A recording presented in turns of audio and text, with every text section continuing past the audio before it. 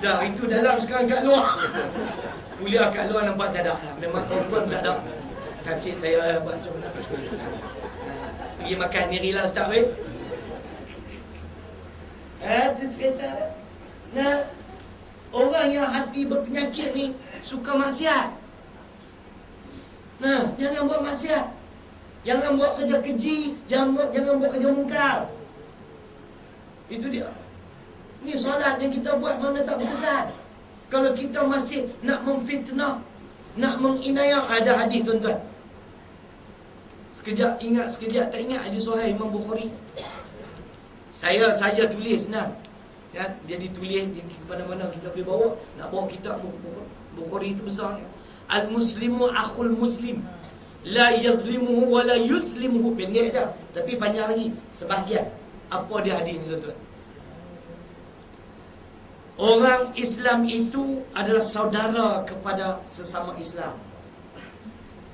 Lagi, ia tidak menginayainya dan dia tidak pula membiarkannya terinayah. Ini hadis sahih. Kalau kita beriman, kita kena bela orang-orang yang diinayah. Ini hadis Bukhari. Ya? Hadis Bukhari tuan-tuan beli kitab Bukhari tu, yang ada apa, Kelang Bookstore ke apa tu, Kelang KBC tu cetakan. Tulisan dia cantik, nah, senang nak baca. Kalau boleh surah bagi ada satu lain kali boleh saya ambil itu saya baca. Nah, dia hadis ke 1168. Orang Islam itu bersaudara. Dia tidak menginayah saudaranya dan dia tidak membiarkan saudaranya terinayah. Kalau kita orang Islam, kena bela orang yang diinayah. Bukan kata orang Islam ya, orang bukan Islam pun kita kena bela. Tu Ketua Menteri Pulau Pinang tu tuan-tuan, Lim Guan Eng Abdullah, dekat-dekat nak Islam lah. Dia pernah dipenjarakan kerana dia membela orang Islam. Betul ke tidak? Tuan-tuan janganlah lupa fakta. Kes seorang budak bawah umur yang katanya diperkosa, dirogol oleh bekas Ketua Menteri Melaka APRA. Ingat? Kes tu dia masuk penjara. Sepatutnya dia tak payah bela ni bangsa Melayu. Dia bukan, dia tak berjuang atas nama bangsa. Dia berjuang atas nama keadilan. Itu yang betul. Saya duk cari ayat tu tak jumpa tuan-tuan. Itulah kesilapan saya. Saya pernah baca satu artikel, Tuhan amat menyukai walaupun dia kerajaan yang kafir, selagi dia menegakkan keadilan. Saya duk cari tak jumpa. Walaupun kerajaan kafir, tapi dia berlaku adil terhadap rakyat, Allah suka kerajaan tersebut. Kerana adil ni sifat yang cukup penting dalam Islam. Tapi kalau dia orang Islam, dia buat zalim, lawan pada adil ni zalim, Allah benci. Maka lambat laun kita akan ditimpa bala. Jaga-jaga. Nah, itu suka maksiat. Yang ketiga, cukup sejam je. Bahasa lama orang asyik dia minum air sejuk ke kembung.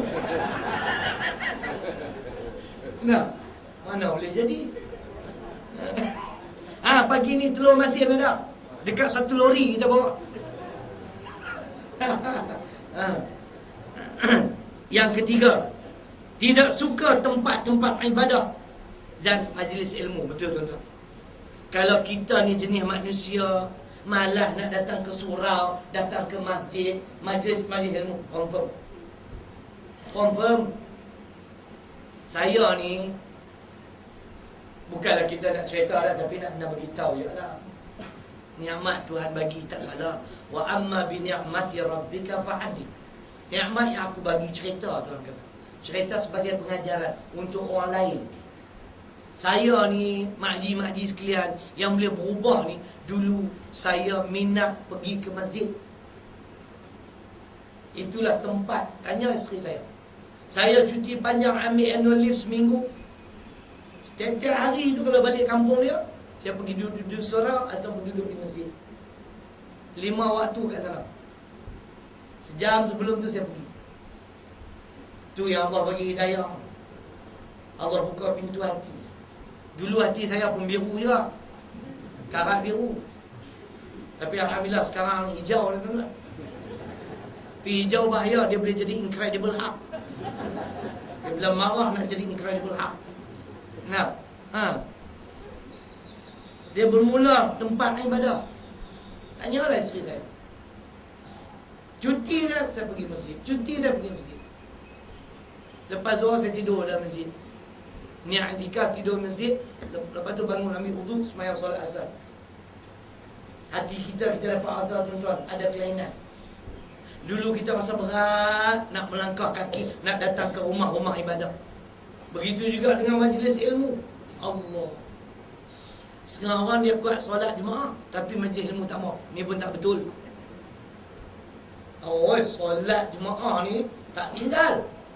Assalamualaikum, bunyi kom-kom, telekom ke selkom tak tahu. Bangun balik tu. Tak nak dengar kuliah. Bukan orang sini tau. Orang Sungai Petani tu. Orang sini insyaAllah ada juga. Tak nak dengar majlis ilmu. Ustaz ni sentuh politik. Memang politik sebagai